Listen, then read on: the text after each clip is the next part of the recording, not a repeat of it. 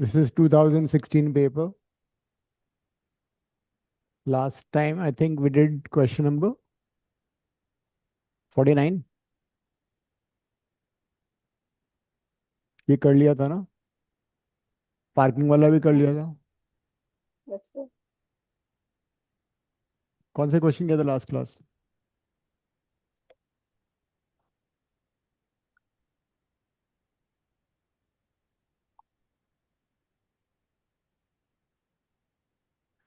Have we done this? 30. Okay. We did this 31st. 36 also we've done. Yes.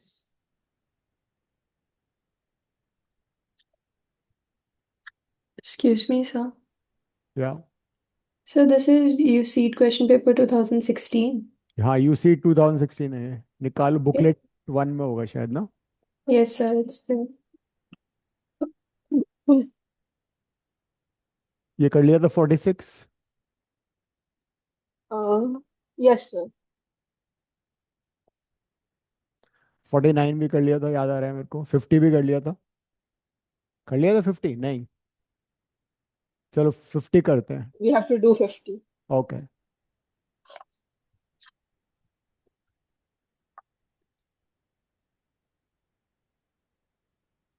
Question 50.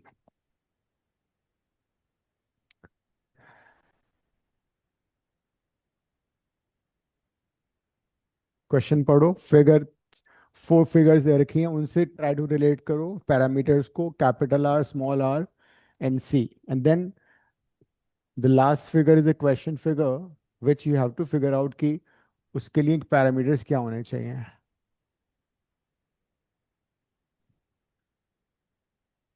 Thinking question है.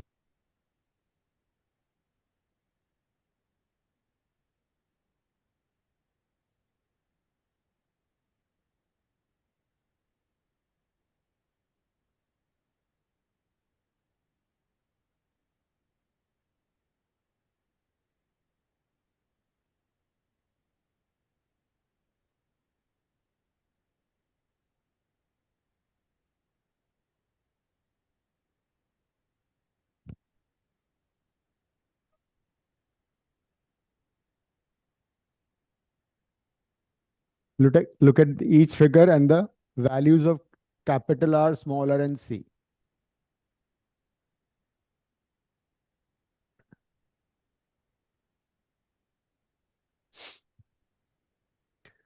कुछ relation हो पा रहा है?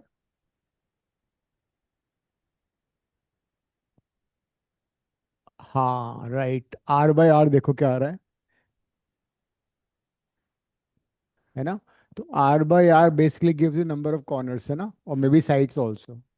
कैपिटल R डिवाइड बाय छोटा r गिव्स यू दिस. तो इसमें R बाय R 5 है, तो यू हैव 5 कॉर्नर्स, 1 2 3 4 5. इस वाले में भी 5 है, 5 आ रहा है. इसमें कितना आ रहा है? 16/4.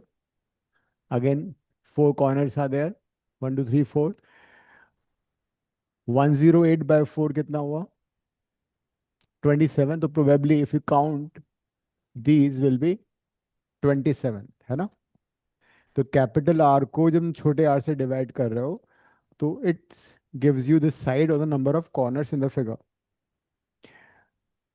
इस वाले फिगर में देखा जाए तो शार्प कॉर्नर तो कहीं नहीं है, लेकिन we can visibly see that possibly 3 corners या 3 साइड हैं. तो R by R should be equal to 3. तो किस वाले में आ रहा है? सिर्फ ए में ही आ रहा है ना. So that could possibly the answer, because R by R किसी और में सेटिस्फाई नहीं कर रहा है. लेकिन सी का मतलब भी क्या है वो भी समझ लो ना. पहले वाले फिगर में C2 आ रहा है, तो ये जो curvature, C could be for curvature, है ना, अंदर की तरफ जा रहा है, कॉनकेव है ये, दिस इज कॉनकेव. रिमेंबर, ये इसको बोला जाता है कॉनकेव, ये होता है कॉन्वेक्स. काम आएगा बाद में भी. Concave and this is convex. अगर अंदर की तरफ होता है तो कॉनकेव होता है वो, बाहर की तरफ कॉन्वेक्स होता है. तो ये कॉनकेव है. C इज इक्वल टू 1 में देखा जाए तो क्या? सेकंड वाले फिगर में C1 आ रहा है ना, C = 1 है तो ऑलमोस्ट स्ट्रेट लाइन है। इसमें C3 आ रहा है, तो और ये भी कर्वेचर अंदर की तरफ है। इसमें C2 आ रहा है, इसमें भी कर्वेचर अंदर की तरफ है।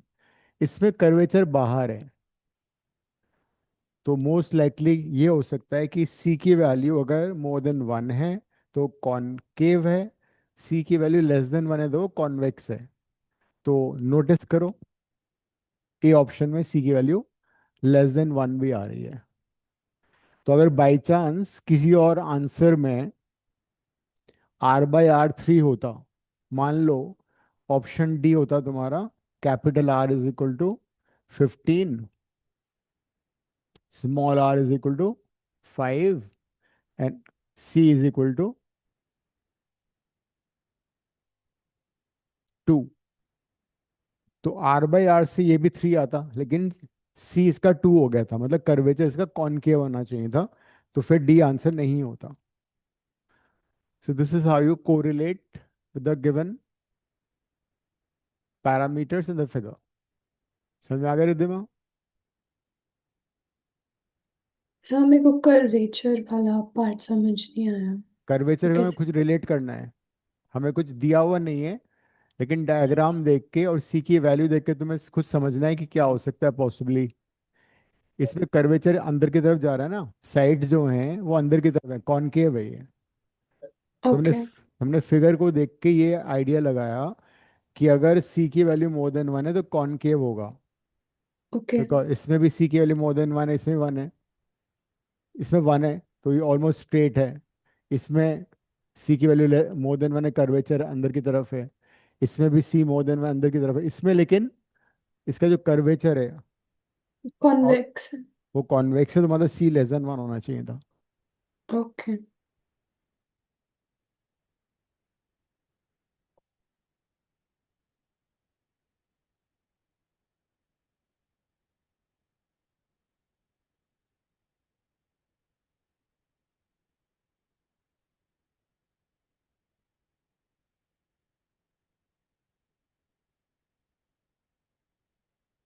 58 पे आ जाऊं।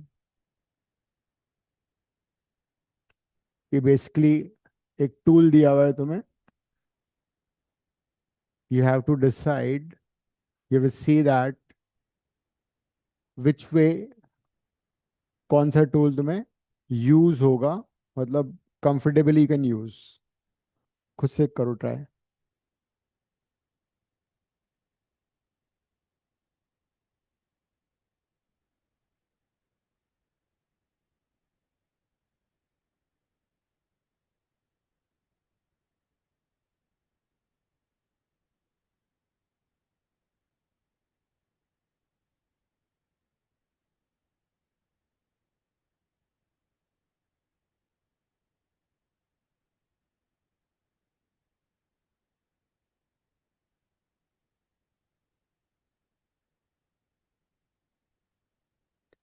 इमेजिन करो कि तुम एक लकड़ी काट रहे हो और तुम्हारे Sir, pass, I think we did this.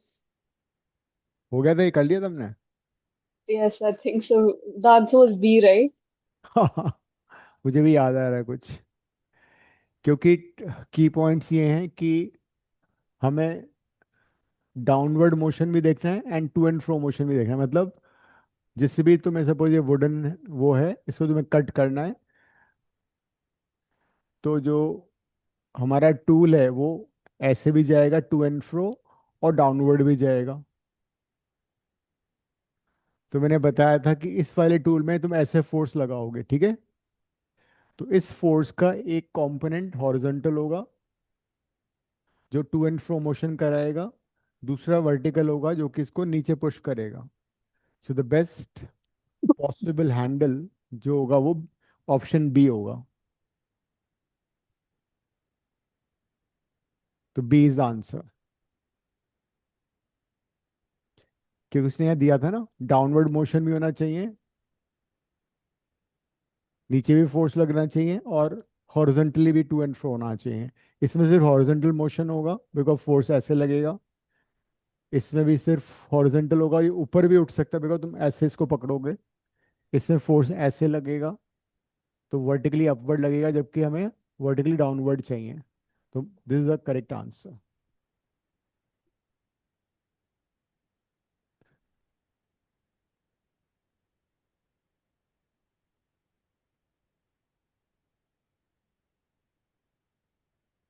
तो फिर तो मेरे ख्याल से पेपर हो चुका है तुम्हारा ये सारा, है ना?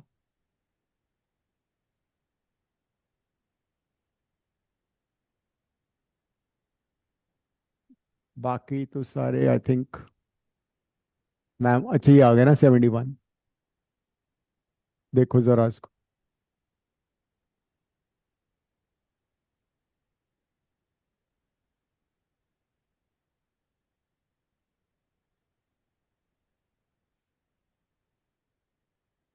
तुमने 10th क्लास में ऑप्टिक्स पढ़ा था, image formation bye mirrors and lenses, उसी से रिलेटेड है ये, आते हैं अक्सर क्वेश्चन है।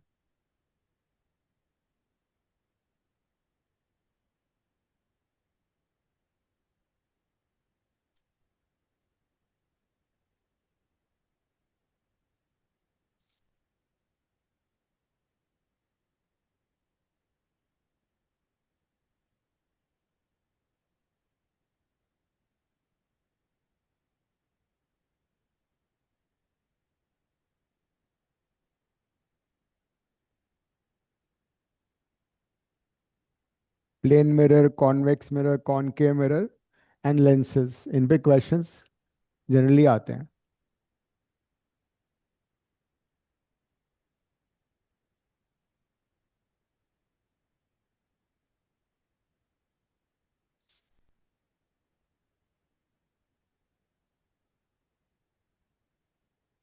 Sir, hmm. done, done. बोलो। Option B. Option B. पहले ये समझ लेते हैं कि The plane, formula was 360 by theta by the sun, right? Plane mirror में इमेज कैसे बनता है वो तुमने 10th क्लास में किया था। अगर कोई पॉइंट ऑब्जेक्ट रखा है तो प्लेन मिरर में image is formed same distance behind as the object, right? अगर ये ऑब्जेक्ट है तो इमेज सेम डिस्टेंस बिहाइंड बनती है, याद कर लेना। This distance is equal to this distance, first point is this.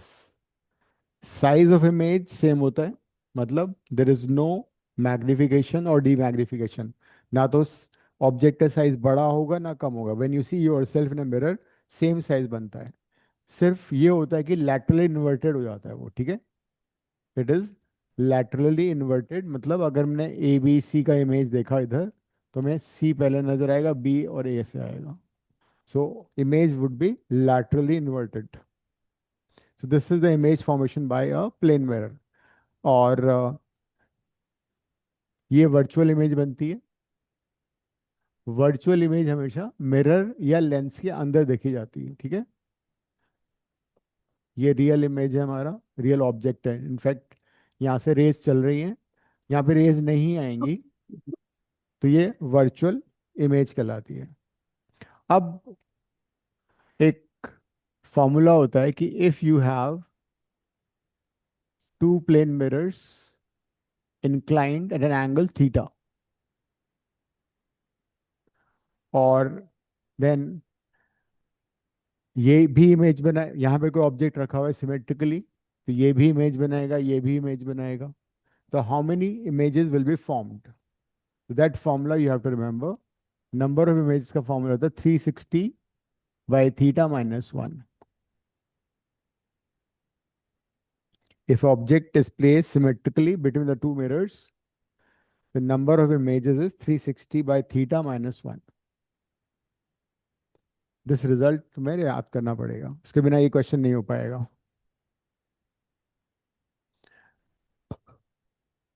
तो यहाँ पे दोनों मिरर के बीच का एंगल कितना है?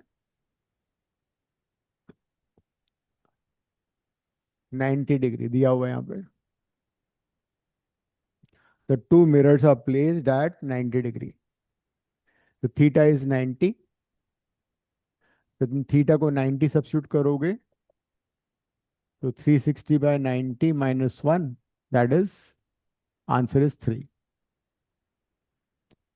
इनफैक्ट एक इमेज यहाँ बनेगी सेम डिस्टेंस पे, एक इमेज यहाँ बनेगी और एक इमेज यहाँ पे कहीं बनेगी, 3 इमेजेस बनेगी इसकी। तुमने नोटिस किया होगा सलून वगैरह में कि अगर दो प्लेन मिरर्स हैं पैरेलल टू ईच अदर, ऐसे रखे हुए हैं। The images formed are हाँ, infinite. मान लो ये 2 मीटर है और ये 1 मीटर है, ठीक है। अब मुझे बताओ अगर दो प्लेन मिरर हैं तो कितनी इमेजेस बननी चाहिए, प्लेन मिरर पैरेलल रखें तो। अगर एक दूसरे के पैरेलल हैं तो how many images will be formed. Question लिखो, करो एक question. If two plane mirrors are kept as shown in figure, if two plane mirrors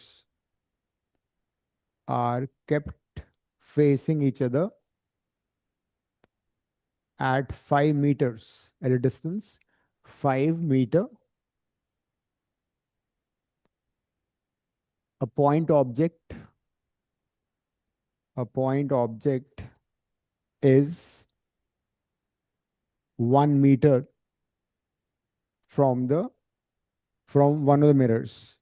A point object is at a distance 1 meter from one of the mirrors. First find the number of images. First part of the question, find number of images, and second part is locate first 5 images. Locate first 5 images. कितनी images बनेगी वो बताना है, और पहली 5 images कौन कौन सी होंगी, कहाँ कहाँ बनेगी वो बताना है, ठीक है।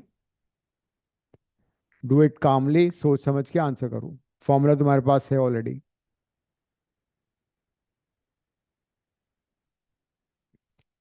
और प्लेन मिरर में जितना ऑब्जेक्ट दूर होता है मिरर से, इमेज उतनी ही पीछे बनती है मिरर से, ठीक है। Image formed by a plane mirror is the same distance behind the mirror as the object is in front.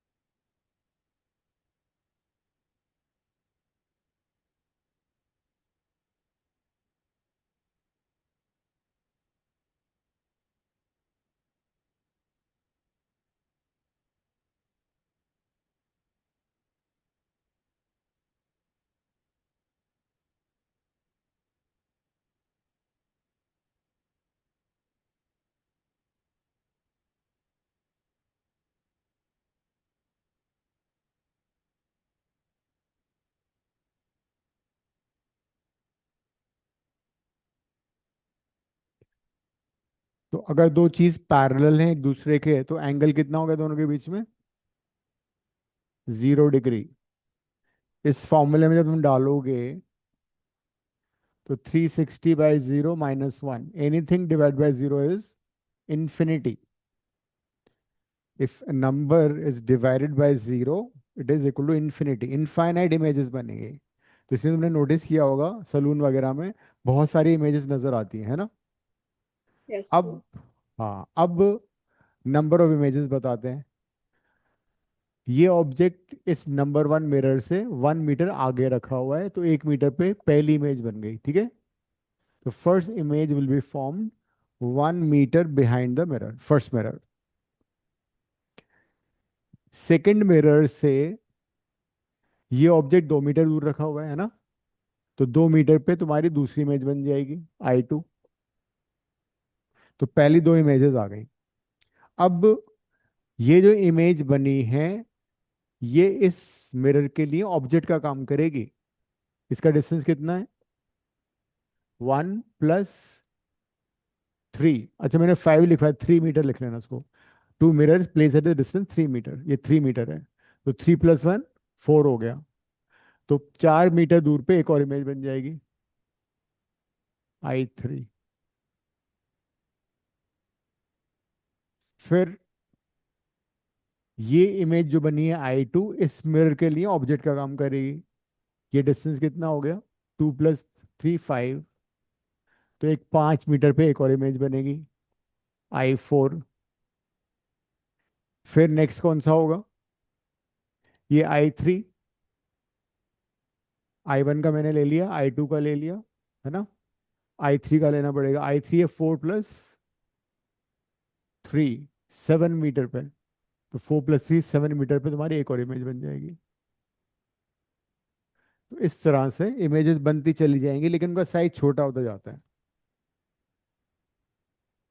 Simple सा लॉजिक है, जितनी डिस्टेंस पे ऑब्जेक्ट है उतनी ही डिस्टेंस से पीछे इमेज का फॉर्मेशन होता है।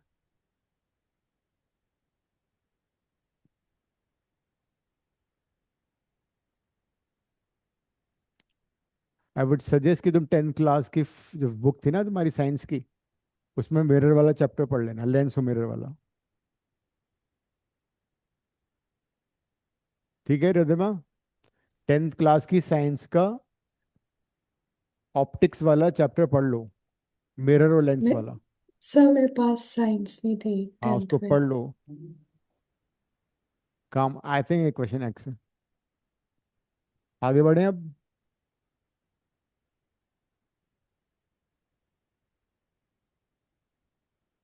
ये भी साइंस से रिलेटेड क्वेश्चन है।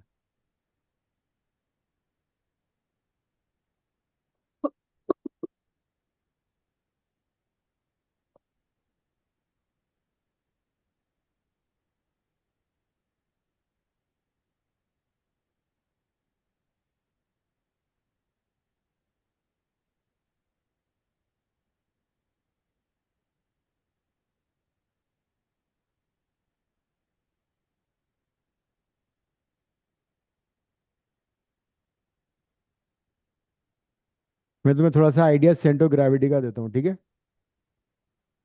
एक बार इधर देख लो सब लोग, सेंटर ऑफ ग्रेविटी का आइडिया ले लेते हैं। सपोज एक स्केल है, यूनिफॉर्मली थिक। दूसरा स्केल है इस तरह से, एक साइड से थिक एक साइड से थिन। तीसरा स्केल है सेम उसका, लेकिन आधा बना है स्टील का, आधा बना है वुड का। हमारी फर्स्ट क्वेश्चन इज कि जो पहला स्केल है वो यूनिफॉर्मली थिक है हर जगह, उसको किस पॉइंट से सस्पेंड करें ताकि वो हॉरिजॉन्टल रहे, बताओ। इस वाले स्केल को कहाँ से सस्पेंड करें ताकि ये हॉरिजॉन्टल रहे, मिडिल पॉइंट, कॉमन सेंस। तो इसको मिडिल पॉइंट से करेंगे तो वो हॉरिजॉन्टल रहेगा। इस वाले को तुम कहाँ से सस्पेंड करोगे,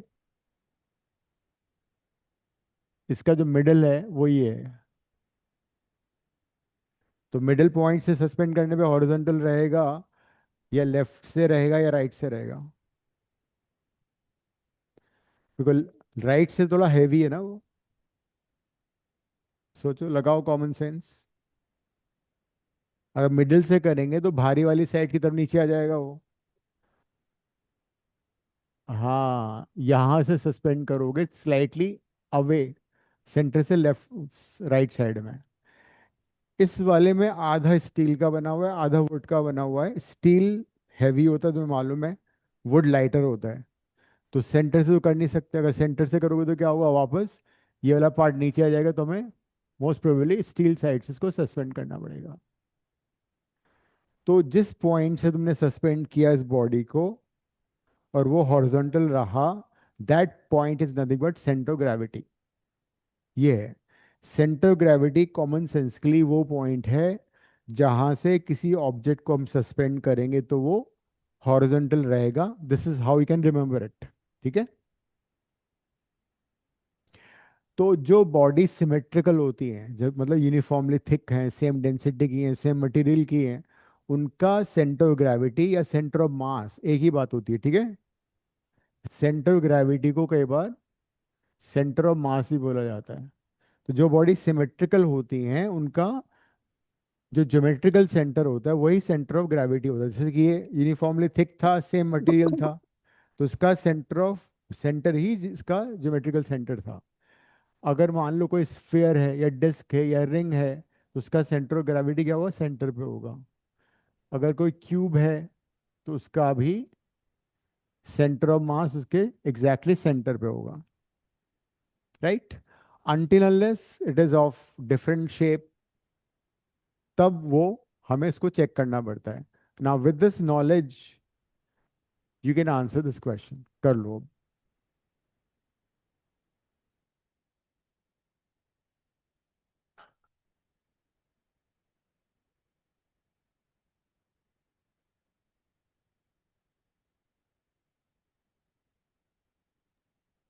So is it A? A? Yes. ए नहीं होना चाहिए मेरे ख्याल से।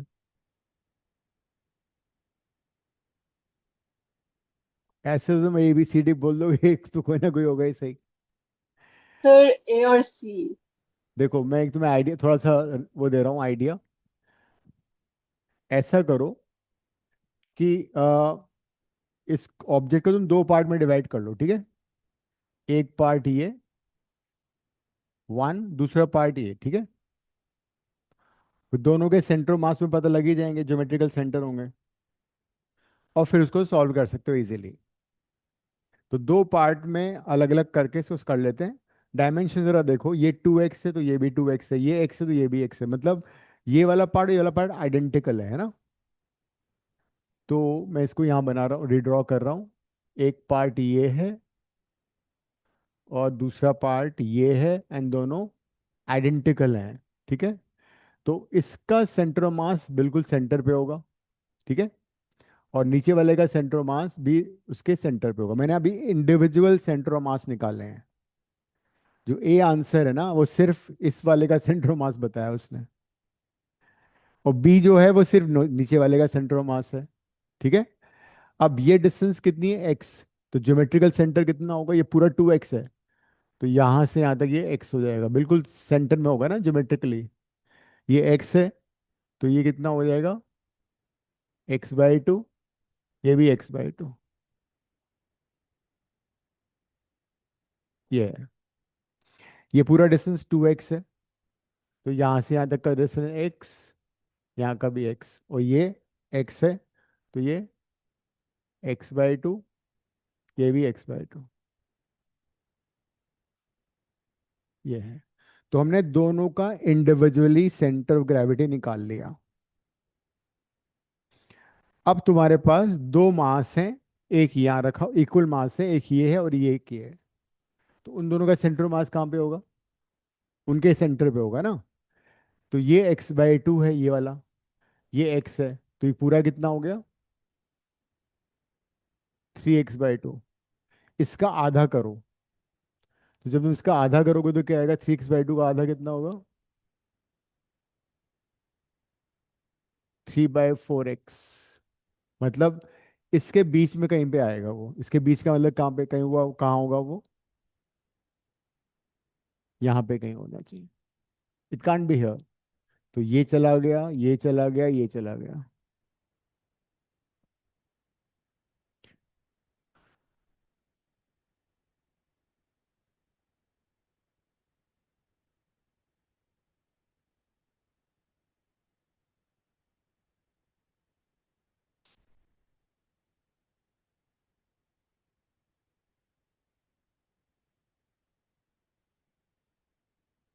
डायग्राम बना लो, दोबारा पढ़ोगे ना इसको, काम आएगा ये।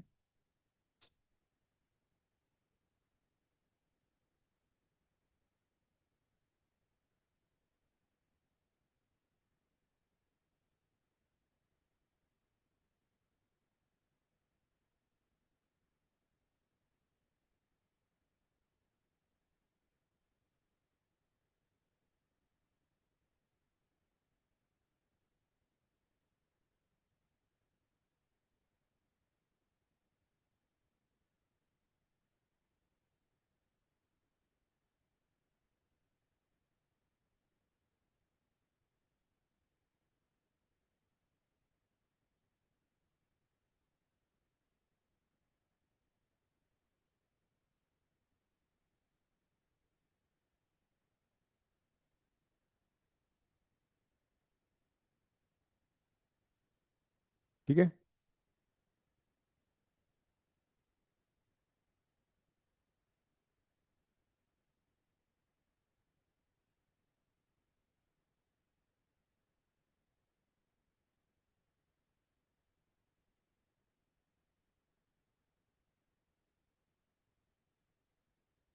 ये खत्म हो गया, हम आगे बढ़ते हैं, हम नेक्स्ट पेपर करते हैं।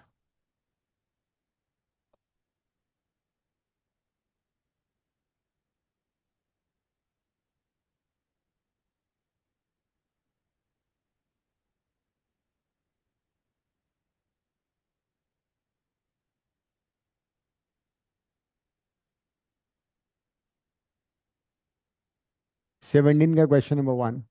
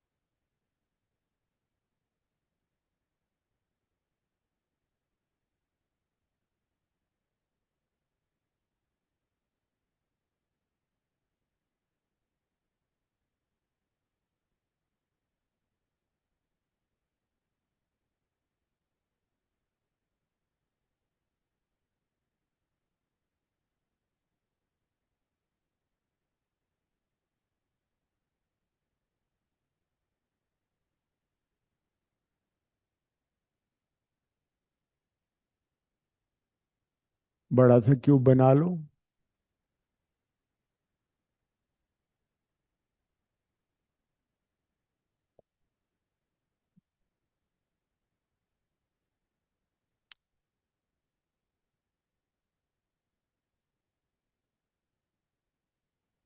64 क्यूब्स तभी बनेंगे जब तुम उसमें 3 कट लगाओगे इस तरह से।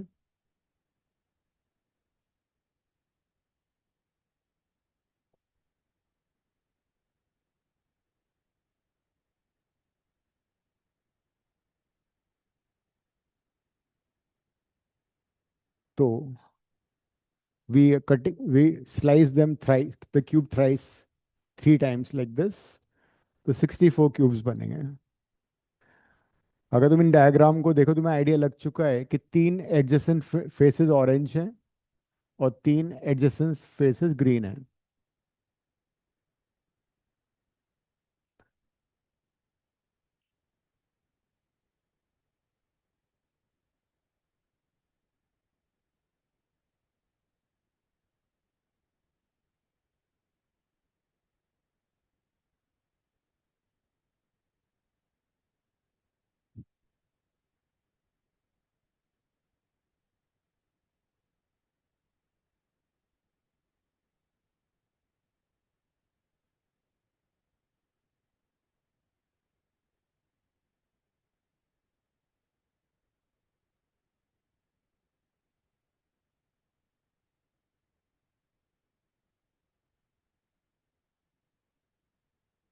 सोचो,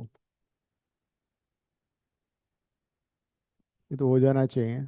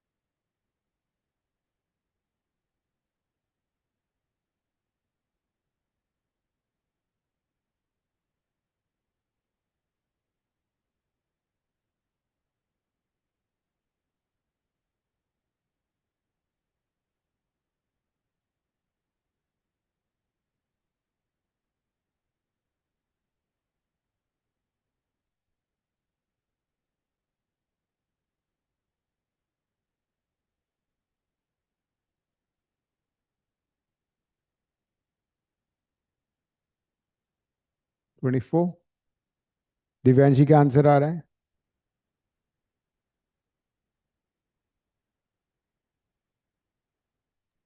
Sir, hmm. I'm still not getting it. Riddhima. So I'm also not getting the answer. अच्छा ये बताओ, एक क्यूब में कितने फेस होते हैं? Six. 6। 6 फेसेस, इसमें 3 ग्रीन 3 ऑरेंज है ना। कितनी एजेस होती हैं? एज मतलब ये 12 एजेस होती हैं। एग्री। Yes. अब हमें एक ऑरेंज और एक ग्रीन चाहिए। वो तभी मिल पाएगा जब एक जो एज है हमारी, उसका एक साइड ऑरेंज हो और दूसरा ग्रीन हो, है ना। Yes, जैसे कि sir. ये एज है, इसमें ऑरेंज ऑरेंज है, एक भी नहीं मिलेगा। ऑरेंज आए ग्रीन नहीं आएगा, इसमें ऑरेंज आएगा ग्रीन नहीं आएगा, इसमें भी ऑरेंज आएगा ग्रीन नहीं आएगा। तो अगर तुम इस पहले वाले फिगर को देखोगे, 3 एज ऐसी हैं जिसमें ऑरेंज ऑरेंज ऑरेंज आ रहा है। सिमिलरली ग्रीन वाले में देखो, 1 2 3, 3 एज ऐसी हैं जिसमें कि ग्रीन ग्रीन ग्रीन आ रहा है। तो इससे हमें इस एज से नहीं मिलेगा। टोटल एज 12 है हमारे पास, उसमें से 3 ये वाली चली गई, 3 ग्रीन वाली चली गई, कितनी बची एज हमारे पास? 6। जो 6 ऐसी एज हैं जहाँ पे ग्रीन ऑरेंज का कॉम्बिनेशन, मतलब एक साइड में ग्रीन एक साइड में ऑरेंज। 6 ऐसी एज है। लेकिन प्रॉब्लम ये है कि अगर मैं जो कोने वाला लेता हूँ क्यूब, ये वाला कॉर्नर वाला लूंगा, तो कॉर्नर वाले में क्या होगा? 2 ऑरेंज एक ग्रीन आएगा, या 2 ग्रीन एक ऑरेंज आएगा। आ रहा है ना इस कॉर्नर वाले क्यूब में। तो कॉर्नर वाले में पॉसिबल नहीं है उस एज में। तभी पॉसिबल होगा, सपोज ये ऑरेंज है, ये ग्रीन है, तो ये वाला पॉसिबल है। ये वाला जो क्यूब कटेगा ना, इसमें यहाँ ग्रीन आएगा यहाँ ऑरेंज आएगा, ये ऑरेंज आएगा ये ग्रीन आएगा। कहने का मतलब एक एज में मेरे को 2 क्यूब मिल रहे हैं जिसमें एक ही ऑरेंज और green exactly one one face है। अगर ये फेस ऑरेंज मान लो, ये फेस ग्रीन मान लो, इस एज में सिर्फ 2 मिलेंगे। ये कॉर्नर वाला तो आउट हो गया ना, कॉर्नर वाले आउट हो गए, ये वाला भी आउट हो गया, नीचे वाला भी, ये भी नहीं आएगा। तो सिर्फ ये दो जो बचेंगे वो 2 होंगे। तो एक एज में तुम्हें 2 क्यूब मिलेंगे छोटे वाले, जिसका एग्जैक्टली वन फेस ग्रीन होगा, एग्जैक्टली वन फेस ऑरेंज होगा। ये बात समझ में आ रही नहीं आ रही है? तो 6 एज है, एक एच से 2 मिल रहे हैं, तो आंसर कितना होना चाहिए? 12 होना चाहिए।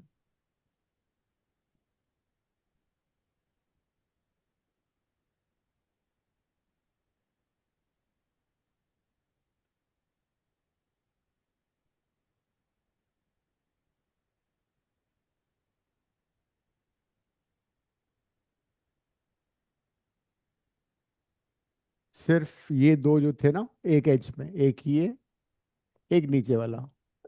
कॉर्नर वाले में 3 फेसेस होंगे कलर्ड। कॉर्नर वाला 8 कॉर्नर्स हैं, आठों के आठों कॉर्नर आउट है। कि 8 जो कॉर्नर होंगे उसमें 4 में 2 में ग्रीन आएगा, एक में ऑरेंज। बाकी 4 में 2 में ग्रीन, 2 में ऑरेंज, एक में ग्रीन आएगा। 8 कॉर्नर आउट हो गए। तो एज में, एक एज में 4 क्यूब्स है, 1 2 3 4, सिर्फ 2 आएंगे तुम्हारे। I'll do one thing next class में, I'll do only cube questions। Cube के बहुत सारे क्वेश्चंस आते हैं, डिफरेंट वे में क्यूब को हम कट करते हैं, फिर उनके क्वेश्चंस कर लेंगे फिर। तुम चाहो तो बना के भी कर सकते हो, इसको तुम ट्राई करना। एक क्यूब बनाओ, उसके 3 फेस कलर करना, फिर को लाइन ड्रॉ करके you can count it. It be good exercise. Cube बनाना तो आता है ना तुम्हें पेपर से?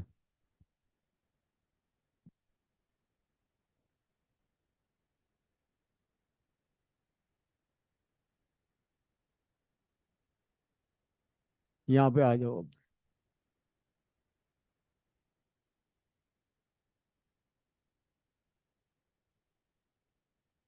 Question 6।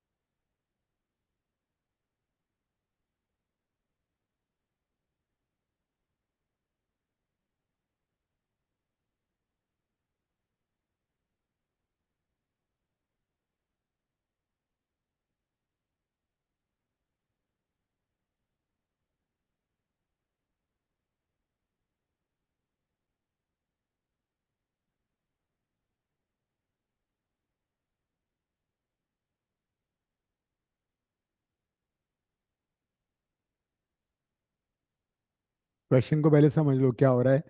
This a pattern in the discount.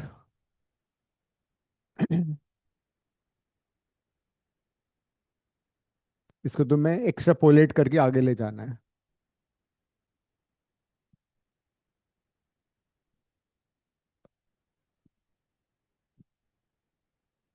अगर तुम्हारा परचेज 151 और 301 के बीच में है तो डिस्काउंट 19 का है. Discount in rupees. डिस्काउंट जो है वो इंक्रीज हो रहा है. परचेज जैसे जैसे इंक्रीज हो रही है, डिस्काउंट इसमें 30 से इंक्रीज हो गया. नेक्स्ट टाइम 60 से इंक्रीज हो गया, है ना. नेक्स्ट टाइम डिस्काउंट कितना इंक्रीज हुआ.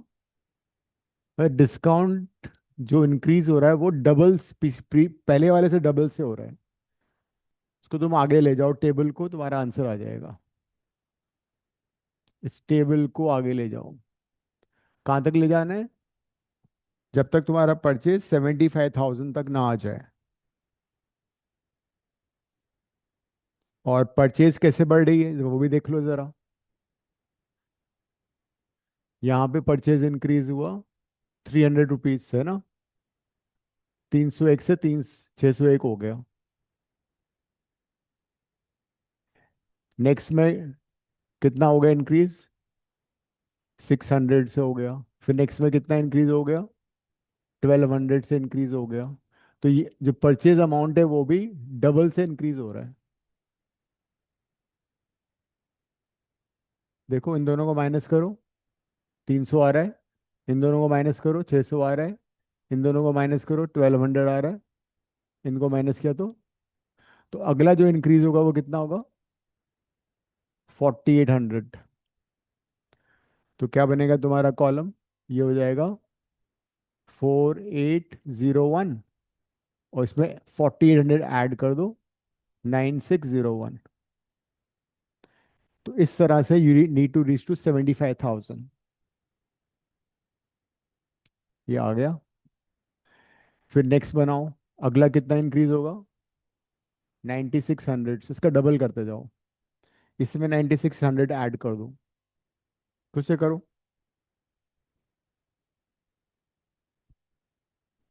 इतना डिफिकल्ट नहीं है ये. जो परचेज अमाउंट है वो डबल होता जा रहा है. इंक्रीज जो है.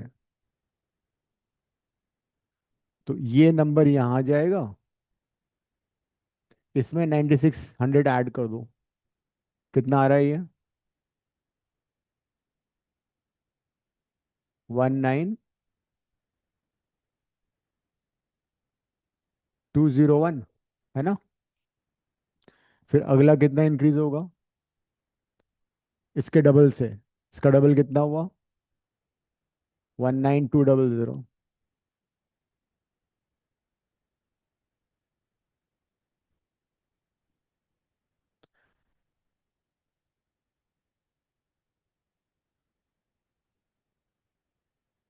करो करो, कोई गलती गलती होगी कोई बात नहीं.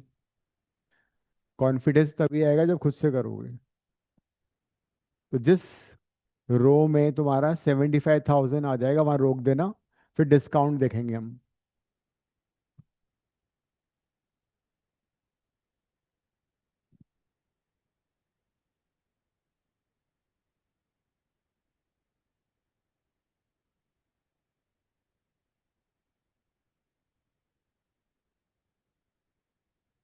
नाइनटीन थाउजेंड इसमें ऐड कर दो. 19201 इसमें ऐड किया तो कितना हो गया. 38401. फिर डबल हो जाएगा नेक्स्ट में. कितना. 38400.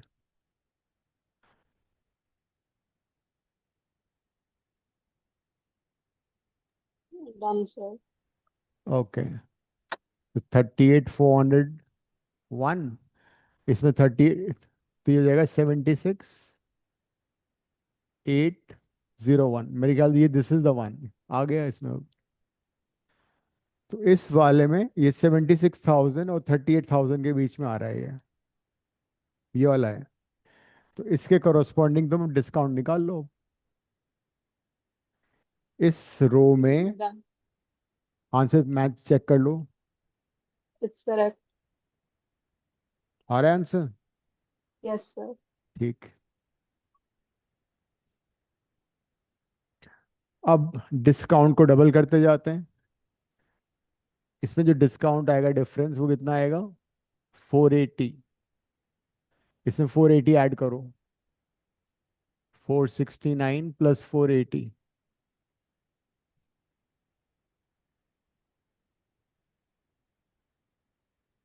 949।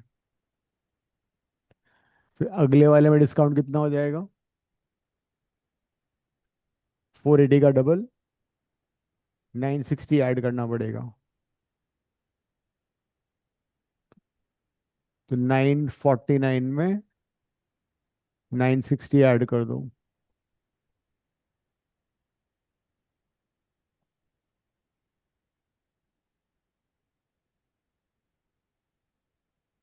तो ये आएगा 1909। फिर डिस्काउंट का चेंज वापस डबल हो गया। कितना हो गया ये? 1920। तो 1909 में 1920 ऐड करो।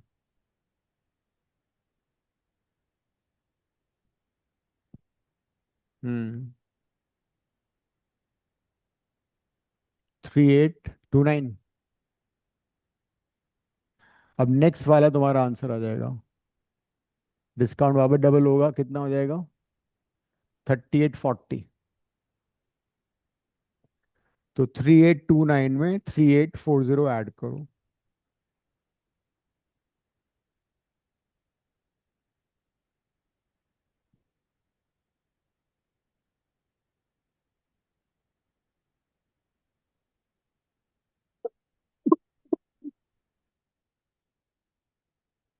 सेवन सिक्स सिक्स नाइन क्या आंसर है?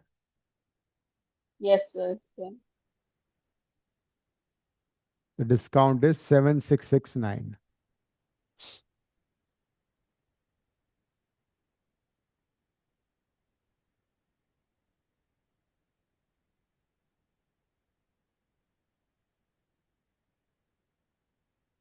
तो इट वाज बेसिकली हमें एक पैटर्न आइडेंटिफाई करना था। किस पैटर्न में परचेज इंक्रीज हो रहा है और डिस्काउंट भी इंक्रीज हो रहा है। तो every stage was doubling, increase double होता जा रहा था। और डिस्काउंट में भी डबल होता, चेंज वाज डबल। उसको एक्स्ट्रापोलेट कर दिया, आगे तक लिया है, बस हो गया। सिंपल था एक क्वेश्चन।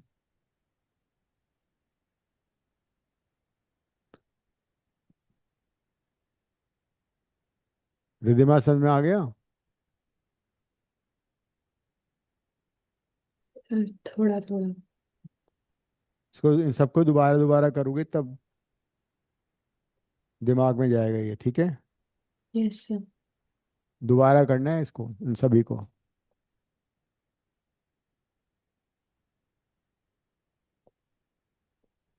ये देखो नाइन्थ क्वेश्चन।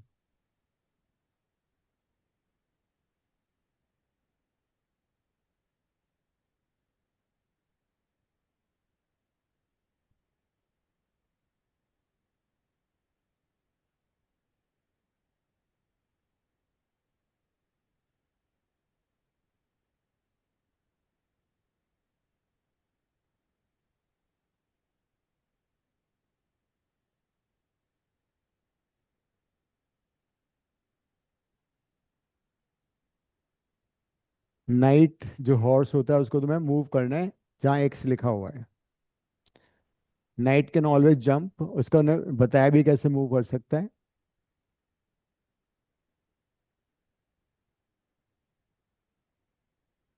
1 2 होता है या 2 1 होता है, ठीक है? जंप भी कर सकता है, जैसे यहाँ से ये यहाँ आ सकता है, फिर यहाँ से जंप करके यहाँ आ सकता है, यहाँ से जंप करके यहाँ आ सकता है, लाइक दैट।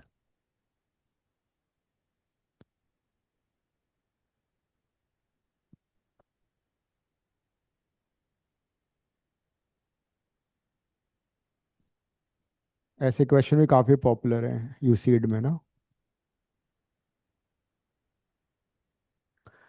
तो तुम ये ट्राई करना घर पे, नेक्स्ट क्लास में ना क्यूब के क्वेश्चन और कराऊंगा, प्लस यहाँ ये वाला कंटिन्यू करेंगे, ठीक है? So ending the class.